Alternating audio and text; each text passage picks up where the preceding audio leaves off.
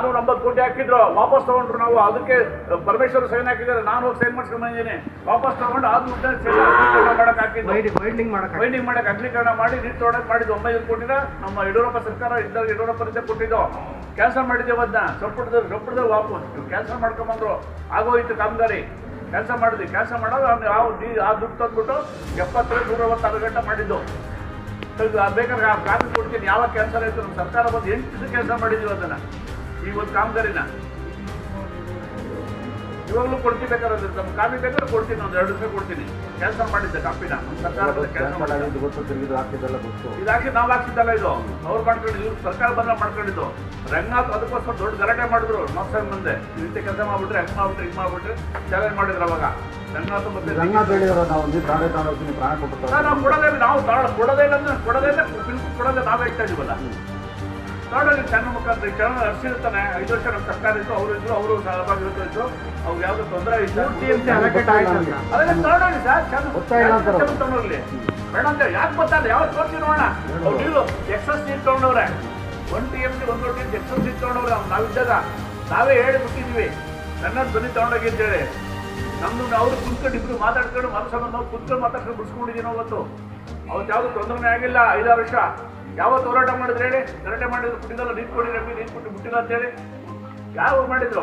ಅವರು ಗಲಾಟೆ ಮಾಡ್ತವ್ರಲ್ಲ ಸರ್, ಗಲಾಟೆ ಮಾಡಿ ತಗೊಂಡೋಗಿ ನೀರು ಕಾಲುವೆ ಇಲ್ವಾ, ಚಾನಲ್ ಇಲ್ವಾ, ತಗೊಂಡೋಗ್ಲಿ. ಯಾರು ಬೇಡ ಅಂದ್ರು, ನಾವು ಅದೇನು ಅಭ್ಯಂತರ ಇಲ್ಲ. ನೀವು ಕುಡಿಯೋ ನೀರು ತೊಗೊಂಡೋಗ್ಬಿಡಿ, ಕುಡಿಯೋ ನೀರು ಯಾರು ಅಭ್ಯಂತರ ಮಾಡ್ತಾರೆ, ಯಾರು ಏನು ಮಾಡ್ತಾರೆ. ಪೈಪ್ ಟೈಮ್ ಮುಖಾಂತರ ತೊಗೊಂಡೋಗ್ಬೇಡಿ. ಅಲ್ಲ ಸರ್, ಈಗ ಕುಣಗಲ್ಗೆ ತಗೊಂಡೋಗಿ ಆಕ್ಷೇಪಣೆ ಇಲ್ಲ, ಮಾಗಡಿ, ರಾಮನಗರ, ಕನಕಪುರಕ್ಕೆ ತಗೊಂಡೋಗಿ ಅವಕಾಶ. ಹೌದು, ಅವಕಾಶ ಇಲ್ಲ ಸರ್, ಅದಕ್ಕೆ ಅವಕಾಶ ಇಲ್ಲ ಸರ್. ಕುಣಿಗಲ್ ತೊಗೊಂಡೋಗಿ, ಕುಣಿಗಲ್ ತೊಗೊಂಡವ್ರು ಚೆನ್ನಾಗಿ ಮುಖಾಂತರ ತೊಗೊಂಡೋಗ್ಬೇಕು. ನಮಗೆ ಪೈಪ್ ಲೈನ್ ಮುಖಾಂತರ ಕೊಡಲ್ಲ ಅಂತ ಅಷ್ಟೇ. ಕುಣಿಗಲ್ ಹೋಗ್ತಾ ಇದೆಯಲ್ಲ ಸರ್, 4 TMC ಹೋಗ್ತಾ ಇದೆ ಸರ್. ಕೊಡ್ತೀವಿ ಸರ್ ಅವ್ರಿಗೆ, ಅವ್ರ ಲೊಕೇಶನ್ ಕಮ್ಮಿ ಮಾಡಿಲ್ಲ. ಹೊಸದಾಗಿ ಪೈಪ್ ಲೈನ್ ಮುಖಾಂತರ ಮಾಡಿದ್ಮೇಲೆ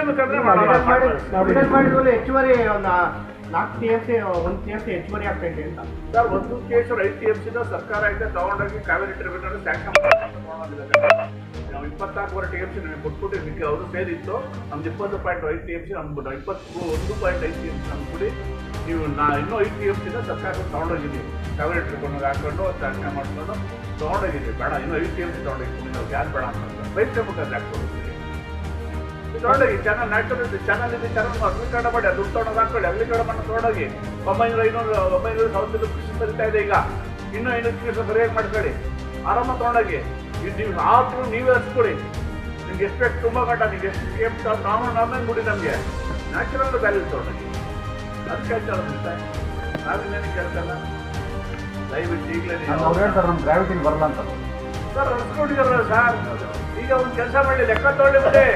ಏನು ಹೇಮಾವತಿ ಇರ್ತಕ್ಕಂಥ ಇಂಜಿನಿಯರ್ಗಳನ್ನ 6 ವರ್ಷದಿಂದ ಇದು 2018-17 ತಗೊಳ್ಳಿ ಲೆಕ್ಕ. 8 ಗಂಟೆ ಎಷ್ಟು ನೀರಿದೆ, ಎಷ್ಟು ನೀರು ಹೋಗಿದೆ ಅಂತ ಹೇಳಿ ಲೆಕ್ಕ ಇಲ್ವ ಸರ್? ಇಷ್ಟು ಲೆಕ್ಕ ಇದೆ, ಅದಕ್ಕೆ ಕಟ್ಟಾರ. ಯಾರು ಹೆಂಗೆ ಹಚ್ಕೊಳಕ್ಕಾಗಿಲ್ಲ, ಲೆಕ್ಕ ಇದೆ. ನಾವು ಎಷ್ಟು ನೀರು ಲೆಕ್ಕ ಇದೆ, ಕೇಸ್ಪುರಕ್ಕೆ ಎಷ್ಟು ಬಂದಿದೆ, ಮಲೆಗಟ್ಟಿಗೆ ಎಷ್ಟು ಬಂದಿದೆ ಲೆಕ್ಕ ಇದೆ.